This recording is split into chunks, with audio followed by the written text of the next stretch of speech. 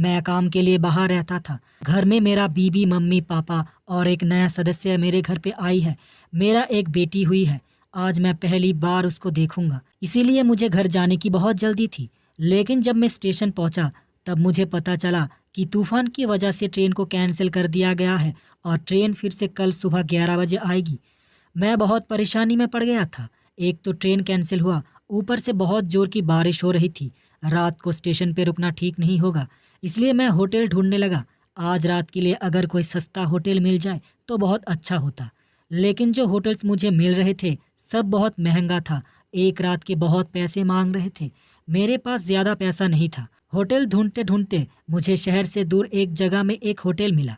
लेकिन ये होटल देख के लग रहा था ये बहुत पुराना है। लेकिन मुझे सिर्फ आज रात के लिए रुकना था। बाहर बहुत जोर की बारिश हो रही थी। मैं होटल के अंदर गया। रिसेप्शन पे एक आदमी था। उसने मुझे देख के कहा, सर वेलकम, आइए, मैं यहाँ का मैनेजर हूँ। मैंने कहा, आज रात के लिए एक रूम मिलेगा? उसने कहा, हाँ सर, ज़रूर मिलेगा। उसने मुझे एक रूम की चाबी दी और बोला, दूसरी मंजिल पे 3 नंबर रूम पे जाइए। मैं ऊपर चला गया और 3 नंबर रूम को खोला। ऐसा लग रहा था ये रूम बहुत दिनों से बंद था।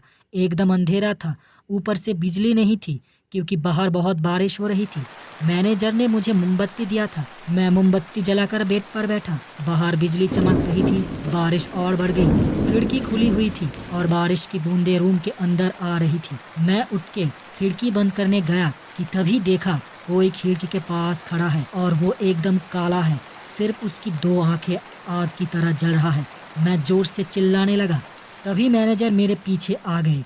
बोला, सर क्या हुआ? मैंने उसको पूरी बात बताई। मैनेजर ने बोला, सर वो आपकी मन की बहन होगी, आप रेस्ट कीजिए, आपके खाने का बंदोबस्त करता हूँ। मैनेजर चला गया। उसके जाने के बाद मैं एक बात सोचने लगा, मैनेजर इतनी जल्दी नीचे से ऊपर कैसे आया? मैं बिस्तर पे सो गया और कब नींद आ गई पता नहीं चला। कुछ देर बाद बिजली की आवाज से मेरी आंखें खुल गई। मैंने देखा मेरे बगल में एक कंकाल सो रहा है और उसकी आंख भी आग की तरह जल रहा है। मैं फिर से चीख उठा। तभी मैनेजर की आवाज आई। बोला, सर क्या हुआ? मैंने कहा, यहाँ एक कंकाल सो रहा था और आप यहाँ क्या कर रहे हो?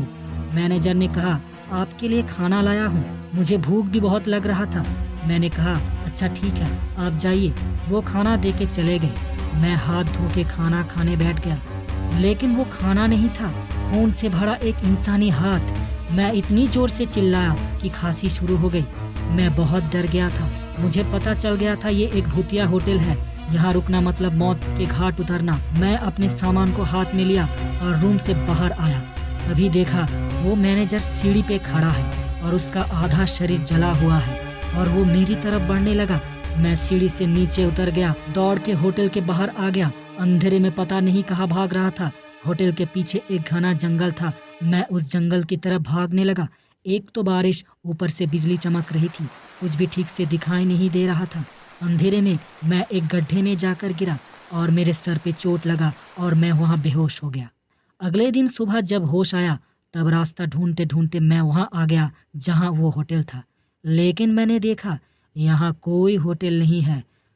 तो मैंने कल रात वो क्या देखा था?